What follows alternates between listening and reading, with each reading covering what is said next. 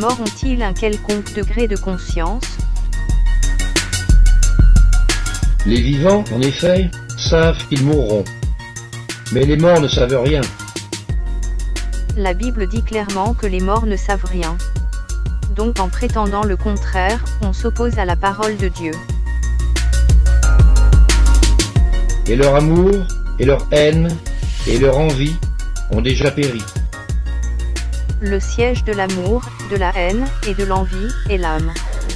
Le cœur. L'amour provient du cœur, 1 Pierre 1, 22. La haine vient du cœur, Genèse 27, 41. L'envie vient du cœur, Proverbe 23, 17. Lorsque la Bible dit que l'amour, la haine et l'envie ont péri, cela signifie simplement que toutes les facultés de l'âme ont péri, et donc que l'âme a péri. Et ils n'auront plus jamais aucune part à tout ce qui se fait sous le soleil. La Bible dit que les morts n'ont aucune part à ce qui se fait sous le soleil. Mais certains pensent que le prophète Samuel, après sa mort, s'est présenté au roi Saül, suite à la demande d'une sorcière, 1 Samuel 28. Si cela avait été le cas, le prophète Samuel reviendrait sous le soleil, alors que la Bible affirme que cela est impossible. Il faut ajouter à cet argument, que le prophète Samuel n'avait plus eu aucun contact avec le roi Saül de son vivant, parce que ce dernier avait perdu l'approbation de Dieu. Alors pourquoi entrerait-il en contact avec lui, après sa mort? De plus, le prophète Samuel respectait l'interdiction de Dieu de consulter des médiums, Lévitique 19, 31, Deutéronome 18, 11, 12. Alors pourquoi consulterait-il une médium après sa mort? Le roi Saül a probablement vu le prophète Samuel, mais est-ce bien le prophète Samuel qui était présent devant lui? Le prophète Samuel a-t-il discuté avec le roi Saül, à la demande d'une sorcière? Samuel dit à Saül, « Pourquoi m'as-tu troublé en me faisant monter ?» Saül répondit, « Je suis dans une grande détresse. Les Philistins me font la guerre et Dieu s'est retiré de moi. Il ne m'a répondu ni par les prophètes ni par les songes, et je t'ai appelé pour que tu me fasses connaître ce que je dois faire. » Dans ce texte, le roi Saül reconnaît que Dieu ne lui parle, ni par les prophètes, ni par les songes. Or Samuel était un prophète de l'Éternel. Sachant que Dieu ne parle plus à Saül par ses prophètes, pourquoi Samuel désobéirait à Dieu en allant parler à Saül? Que gagne-t-il à parler avec un homme que Dieu a rejeté? Est-il pensable que Samuel se soit déplacé, de son supposé lieu de repos, à la demande d'une sorcière? Satan a-t-il la possibilité de produire l'hologramme d'une personne décédée?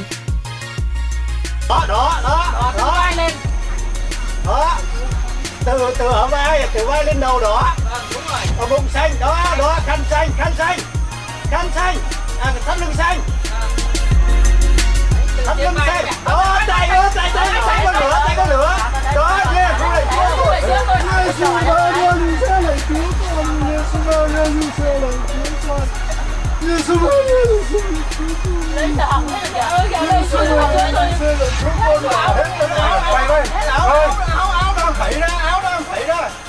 đang với áo đó. Quay. Lấy chúa rồi áo đang. Áo không hết. Yeah, chúa áo đang. Áo đang chung áo rồi. Đầu xanh. Đầu đội khăn xanh. Đầu đội khăn xanh, áo mình đang tả ra.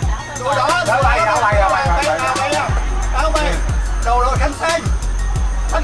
Thắt lưng xanh. Áo. Comme nous l'avons vu dans la vidéo précédente, Satan est capable de reproduire l'hologramme de la Vierge Marie qui est décédée depuis près de 2000 ans. Il a donc été capable d'en faire autant pour le prophète Samuel.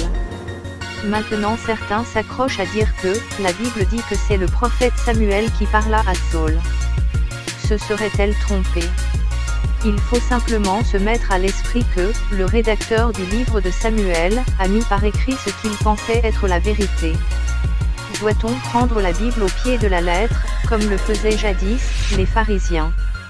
Lorsque l'on étudie la Bible, il faut être en mesure de prendre le recul nécessaire, afin de pouvoir vérifier si oui ou non, ce que l'on a compris, s'accorde avec la pensée générale de la Bible.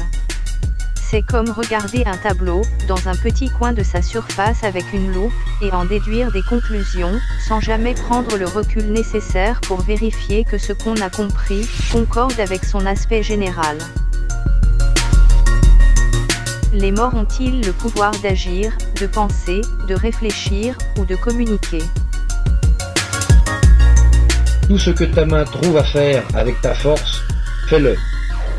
Car il n'y a ni œuvre, ni pensée, ni science, ni sagesse dans le séjour des morts où tu vas. La Bible dit avec la plus grande clarté, que les défunts n'ont aucune capacité mentale, psychique ou spirituelle dans le séjour des morts. Il n'y a donc aucune étincelle de conscience ou d'activité quelconque dans le séjour des morts,